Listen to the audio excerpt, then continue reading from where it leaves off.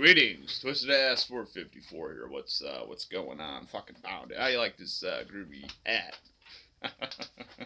And some of my groovy paintings. But anyway, that's beside the point. That's neither here nor there.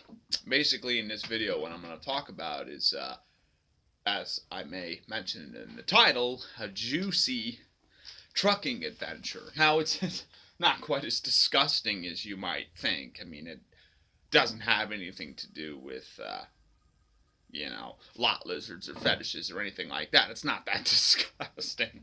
Here's how. But it's juicy because it's, there are juices involved having to do with the load I was hauling and, some of the shit I had to go through to get this load done. Mostly due to my own volition and insanity, more than anything else. I mean, I'm sure the boss wanted me to make it work, but the bottom line is I live for this shit. So anyway, let's begin, shall we? Anyway, I go up to, let's see. Well, first off, I was hauling some sort of massive forklift from somewhere, going out to Nebraska. And on the way out there, I was at a fuel island, right? I was at a fuel island somewhere, a Flying J. I think it was in, I forget where the fuck it was. It was out in Missouri somewhere. I think it was somewhere like that. Anyway. So my fucking starter goes, and I almost light the fucker on almost lit the motherfucker on fire in the fuel pump. The fuel island. So anyway, I'm sitting there thinking, God, what the fuck am I gonna do, I'm thinking, yeah, I could call a breakdown and all this shit, but I work for a very small company, so they only have limited funds. So I'm thinking to myself, okay, because he just had a whole bunch of fucking body work done. Because the week prior, the fucking tire exploded and, took out the fender and, the week prior what happened is the tire exploded and took out the wiring harness, took out the fender, put a huge hole in the body. So somehow or another we got the lights fixed. And I had some ice shield, that shit you put on the roofs, and I patched up the body with ice shield. The biggest auto body band-aid in the history of man. What do you think? Not bad, huh? And we drive it down to the body shop like that, and he has a bunch of body work done on it. But anyway, that's a story for another day. I'm just giving you a brief overview. But anyway, so the account is all drained out from that shit. Plus another series of unfortunate events that have befell the truck. So anyway, I'm sitting there in a fuel pump with a fucking busted, broken starter, essentially. And, yeah, that motherfucker, I mean, it was smelling bad, smoking, and everything else, man. So, anyway, I come up with this brilliant fucking idea. I decide to, I don't know if it's really brilliant or not. It's actually, probably was actually fucking stupid, but I did it anyway. I basically went around flagging down different truck drivers, saying, hey, I'll give you a few bucks to give me a pull, So I figured, what, since I don't have an automatic or one of these stupid fucking automated manuals. I have an actual standard shift transmission. I figured maybe if somebody gives me a tug, I could pop start it. Throw that motherfucker, actually keep it in gear, hold down on the clutch, and then when I get up to speed, just let off the clutch and fucking start the engine, I had a hell of a time finding somebody to pull me that particular day because, I went up to a prime driver. And this motherfucker, he tells me, oh, well, company policy doesn't let us, they don't allow us to pull the vehicles. And I'm thinking to myself, what if company policy told you to fucking, jump off the bridge? Would you do it? How the fuck they gonna know? I offered him money, and he wouldn't do it. Bitch, in my opinion. I didn't want to tell him that, but the guy's a fucking little bitch. Because if that were me, and somebody offered me money, I'd do it. Fuck yeah, I'd happily take your money. Actually, you know what? I'll be honest with you. Even if you didn't have any money, I'd do it anyway to help my fellow driver, because I'd want somebody to do that for me. Well, next time he's stuck somewhere and in a jam, he'll remember that day, won't he? Yeah. But I found another guy. I found a guy in a reefer, probably an owner-operator, I would imagine. I told him my situation. I was like, yeah, listen, I got chains since I'm a flatbedder. I carry a lot of chains. And I tell him my situation. My fucking starter's busted, and if I can get a pop start, this fucker will probably fire right up. So he backs up his reefer trailer to my truck. I got the hooks mounted and everything. So we hook up the chains. He pulls me along, and I have it in first gear, only 1 to 2 miles an hour. Pop that motherfucker. I offer him money, but he doesn't take it. He's like, you know what? Just do something good for somebody else. So anyway, I probably drove like a couple thousand, maybe like almost like 2,500 miles like that. I would actually shut down the truck. I didn't even leave it running. I would actually shut it down and either do one of two things. Either park on a slope, or since I was out in the Midwest, flag somebody down and give me a tug. So I pretty much did that the entire way out to fucking Nebraska. Dropped this fucking piece of shit off. The only problem is that motherfucker didn't start. So I had to drive like 20 miles to this guy's house and fucking, we put a space heater and a battery charger on this forklift. And he put a bunch of tarps and blankets over it. This fucking dude named Dennis Hutt. Yeah, I'll never forget him. He's quite a character. Dennis Hutt. Kind of an interesting character. He's a little out there. But anyway, he's a nice guy. He's kind of a hard ass, but a nice guy at the same time. He brought me a big old fucking cup of coffee. Which I drank because I figured, why would he want to roofie me? I mean, what the fuck, he wants his shit unloaded, right? So I'm like, I don't think he has any incentive to do that, I don't think he would have any motive to do that, because then I'd be stuck on his property, right? Now, I probably shouldn't have drank the coffee. I probably shouldn't have, but I did anyway. I'm like, fuck it, you know what? Fuck it, whatever. If I start getting dizzy and shit, I'm gonna know right away what the fuck's going on anyway. But that didn't happen. I was like, fuck it, whatever. This guy, he seems like a nice guy, and he was. Plus, he's a businessman. He has a reputation. Anyway, I'm fucking digressing. I'm really sorry about that. So anyway, I drive out to, I was in, where the fuck was it? Like, Elsie, Nebraska. I drive out to Scotts Bluff the next day. Up to this place called Southwest Hide Company. Now, keep in mind, I had to get tugs pull started there, too. Right? They hook me up to this fucking dump truck. Pull start me, and I keep that motherfucker running for like 2 or 3 hours, right? And they load me up. It was Southwest Hide Company. And basically what it was a facility that processed hides. Like when you skin the cow, or the bull, whatever, you skin the animals, you have the hides that they make, leather boots out of, and purses, and wallets, and this and that, But that's not what I was hauling. No, I was hauling these things called fleshings. Now, basically what those are is basically when you pull a skin off an animal, it's got like all the fleshy, icky, nasty shit on it. So basically they clean all that off with a series of blades and chemicals and whatnot. And they leave all the piles of fleshings, basically hair, fermented meat, dirt, shit, what have you. They leave it in a fucking corner. And that shit just ferments, and it stinks.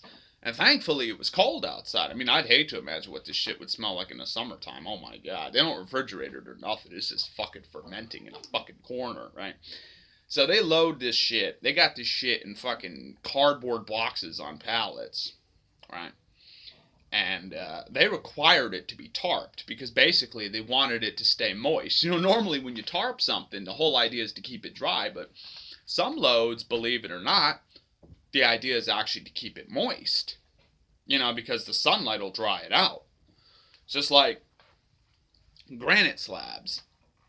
A lot of people don't know this, but they don't tarp granite slabs to keep them dry. No. They actually tarp them to keep the sunlight off of them. Or actually, no. Not even that. To keep the road salt and road debris off it. So whether it gets wet or not, it doesn't even matter. Same idea with Oh, what the fuck is that shit called? Fucking metal louvers, which we'll talk about another day. But anyway, I digress. Anyway, the reason why this video is called a juicy adventure is because this load of fleshings, cow fleshings, this disgusting fucking leftover shit cleaned off the hides, was loaded onto my trailer. About 43,000 pounds of this shit. So guess what? Me and this Mexican dude Paco go up there and tarp this stuff. So guess what? I gotta step in this shit. That's right. I gotta fucking step in the pile of basically fermented meat. You know, step in this shit and get all over my shoes and fucking drag tarps over it and shit. Hard work. You get to smell it. I mean, in the summertime, you'd probably have to be sweeping maggots off your boots and everything else and fucking swat the flies away. Real nasty shit. Really nasty shit. As I said, thankfully it was cold, so maggots and flies weren't really a problem. As I said, I'd hate to imagine what this shit would be like in the summertime. It'd smell like death. Basically, yeah, it'd be fucking horrible. But anyway, you're probably wondering what they do with the fleshings. I hate to tell you this, but they basically make dog food out of it, and cat food and stuff. That's why dog food smells so fucking awful. You know, they probably make Big Macs out of this shit. I don't know. So next time you smell some dog food or cat food that smells nasty, that's why. That's what they make it out of. Cow fleshings. Or fleshings of any kind. It's just, you know, beef fleshings are the most common. So anyway, then I throw straps over the tarps. You see, the nice thing about putting straps over the tarps is you don't have to use that many bungees. For some loads you really can't, but for a lot of loads you can. And the nice thing was, since it was soft, I didn't even have to worry about edge protectors. So as I was tightening up the straps, now you got to keep in mind on the side of the trailer, which we'll go into in another video, there's like a windlass or a winch box, as they call it, that you put a 3-foot cheater bar in, or an extender bar, and you tighten up the straps, right? So as I was tightening up these straps, all the juices were coming out and pouring onto the ground. You could smell it. The smell of death emanating from my trailer. I felt really sorry for anybody parked next to me at the truck stop, I'll tell you that. I mean, basically what I was carrying was a load of death, basically. No refrigerator either. Nope. Just basically raw fermented meat strapped up and tarped up on the back of my trailer. That's what I was hauling. Yeah. I know drivers that actually have driven 200 miles, deadheaded 200 miles. For those of you that don't know what deadheading means, it means driving with no load. Deadheaded 200 fucking miles, pick that shit up and refuse the load because it smelled that fucking bad. Of course, in the winter it's not as bad. But anyway, I digress again. So anyway. So basically, I'm in a situation where I have a broken starter, and I'm hauling one of the stinkiest fucking loads on the road. I mean, the only thing stinkier than that I could think of is, you know, that anything stinkier than that would be contained in a tank. I mean, I have the stinkiest flatbed load. Let's just put it that way. And I feel really sorry for anybody sitting next to me. I saw trucks driving away from me because this shit smelled so fucking disgusting. Yeah. So anyway, so I gotta bring this shit down to like Booker, Texas, which is the flattest town in the United States, I swear to God. It's right below the Oklahoma, the little bar that comes off Oklahoma, and not too far from Kansas. So anyway, I park, since I had a busted starter, I had to park at the facility, as I figured maybe somebody at the facility could give me a tug start, you know. So basically what I tried to do was unhook from my step deck, set up the ramps on the trailer, and park my truck up on the ramps. So every few hours I could fucking pop start it going down the hill. or going down the artificial hill that I created for myself. Well, it didn't work. And I should have just left the truck running, but let's face it, that's a lot of fuel. Sitting and running your truck for 34 hours nonstop, that's just a fucking waste of fuel. I mean, it's bad enough I'm running a fucking APU. That's bad enough, you know. But anyway, 34 hours later, I go to the facility. And this facility is like, I think it was called Preferred Meat Group. Or Texas Protein. I think there were two businesses that were kind of conjoined down there. I think it was like a slaughterhouse or something. Basically, this place I was at was kind of reminiscent of that of the Texas Chainsaw Massacre movie. I mean, it was real flat and desolate, and you know, probably just a few miles away, there were probably some people that lost their jobs at a slaughterhouse and were fucking cannibals. I don't know. I mean, you never can tell. You know what I'm saying? Oh yeah. Reminded me a lot of the Texas Chainsaw Massacre. But anyway, I digress again. So anyway, I'm sitting there with no air in my tanks, so there ain't no way I'm moving, right? And I got a busted starter, but guess what? I get it started. You know how? It turns out the place I have to go to is 2 miles down the road from where I'm at. Basically a Flushing storage unit. A really stinky fucking shithole. Basically, like, think of it this way. If you believe in Christianity, think of the type of smell you would think of the type of the type of smell that you would smell as soon as you think of if one were to go to hell for eternity, the type of smell you would smell, that's what this place smelled like. It was that bad. It's like if you lived a life of sin, this is part of what you'd be smelling, alongside with fire, brimstone, feces, this and that. You got to forgive me. I kind of have a very creative imagination. I'm a writer, after all, so this kind of shit comes to mind. Again, I apologize for digressing. I know I do that a lot. But anyway, so this Mexican dude comes from down the street. Real nice guy. You know, maybe he was Ecuadorian. I don't know. But anyway, he has an air compressor and like a pickup truck with a little trailer and shit, right? So it turns out Freightliner, they have like a tube inside the motor on the driver's side, or at least a lot of Cascadias and Columbias do anyway. And I had to basically, thankfully, I actually had a rim with me that had a valve stem on it, because basically how it's set up is it's like a reverse valve stem setup. You know how like on a tire you have a valve stem and then you got the female end that you would hook up to your air compressor? Well, basically inside the rig on that tube to charge the system was a female end. So basically you needed to have a male end hooked up to an air hose. Well, thankfully I had one. I sacrificed a valve stem and hooked it up to this hose.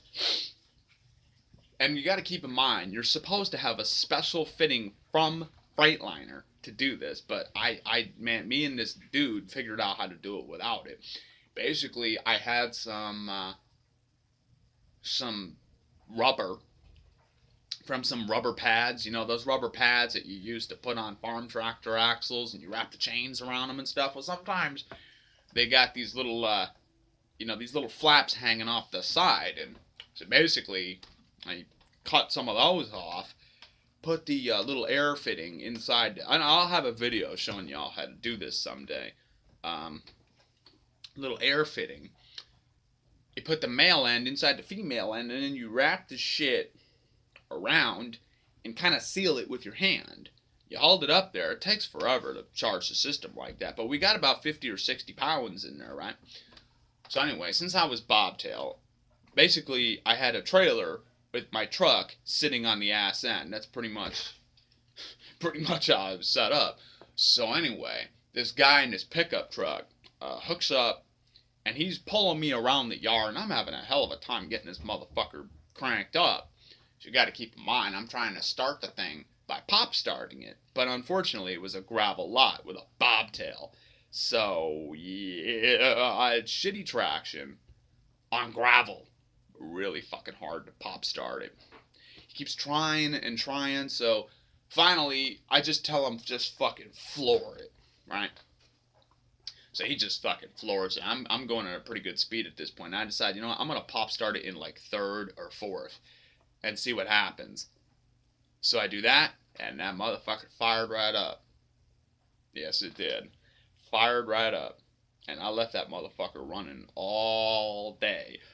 Um, so anyway, I go down the road to this place, to the other facility they had down the street, and essentially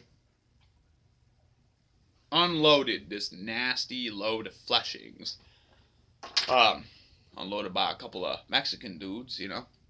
So I have to untarp this thing and smell all the smell of death emanating from the load as I'm pulling the tarps and straps off. So I'm sitting there as this dude's unloading me, rolling up my straps, and then go over there and fold up my tarps, which still have like pieces of fucking rotted meat inside. And I'm folding them up and fucking throwing them on the trailer, strapping them up and everything. And so anyway, I left the engine running the entire time. So I drive up to this place, Freightliner, to get a starter. And I told my boss, listen, I mean, you could hire them to put the starter on if you want, but I'll tell you what, I'll put the motherfucker on myself and just, throw me a couple bucks on the side or whatever. I decided not to even charge him because he's a guy I went to trucking school with. So anyway, I didn't even charge him. I'm like, you know what, I'll put the starter on myself. So I end up putting the starter on myself. I'm on the ground in fucking gravel and dirt and shit. Disconnect the wires from, the negative and the positive. Which the negative actually had a lot of wires on it. And then there's like a little one that goes on the solenoid on the top. There's about 3 bolts that go on the side of the motor. You pull all those out. And the starter has to kind of go at an angle in between the frame and the block. Now, getting it out and getting the new one in there, that's pretty interesting. But once that was fixed, everything was fine. So, I made it through the hard times. So now, I no longer had the load of death, the load of stinky, fetid death on the back of my trailer, and I had a working starter. Quite a fucking adventure, huh?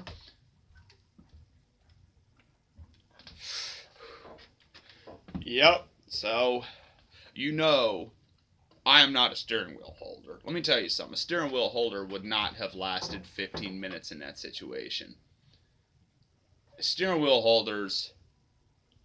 I mean, I really shouldn't use that term. It's not a very nice term. The bottom line is most of these people that are considered so-called steering wheel holders are just people like you and me. They need a job.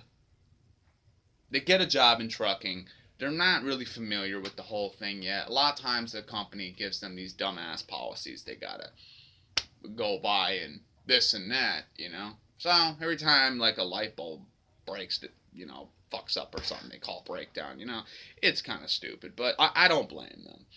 I wouldn't expect anybody to go through the shit that I went through, and most of it was self-imposed hardship, basically just, I don't know, I kind of live for shit like that, I guess, because I would have been well within my rights to tell my boss I ain't doing shit until you get me a new starter, get breakdown on here, all that shit, but I didn't do that, because, me and my boss, we went to school together. We kind of got like a one-hand wash it's the other thing going on. I guess we're kind of like buddy-buddy, As I said, I don't work for like a big, massive company. Maybe I should. I don't know.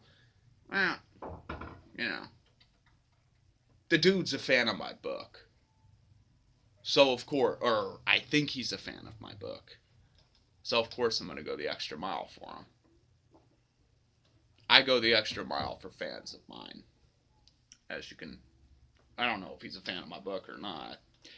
But even if he wasn't, I'd still go the extra mile for him anyway. Because you know what? That's how employees and employers should be. It should be one hand washes the other. You see, with these big companies are always trying to get over on the driver. And the driver's always coming up with petty fucking bullshit and excuses. They're coming up with this petty shit to the company. Oh, I want to call a breakdown for a fucking light bulb and blah blah blah blah blah blah blah. You know, all this bullshit. Well, that's what happens when you treat your drivers like shit and you pay them like shit. You get shit. You get steering wheel holders. You pay your drivers right, you get devotion. You pay your drivers right, you know, give them, you pay them decent, all that stuff, you treat them all right, they're going to return the favor, or at least I did. So, all these big companies, maybe they ought to think about that. Pay your drivers right, and if they know how to work on trucks, pay them a little extra to work on the truck, whatever, There's a moral to this story. Treat your drivers right, and they'll treat you right. Am I going to stay at this place forever? Nah, probably not. I'll be honest with you. Eventually, I want to leave trucking. I want to, go get a job with no drug testing. Why? Well, I plead the Fifth Amendment on that one.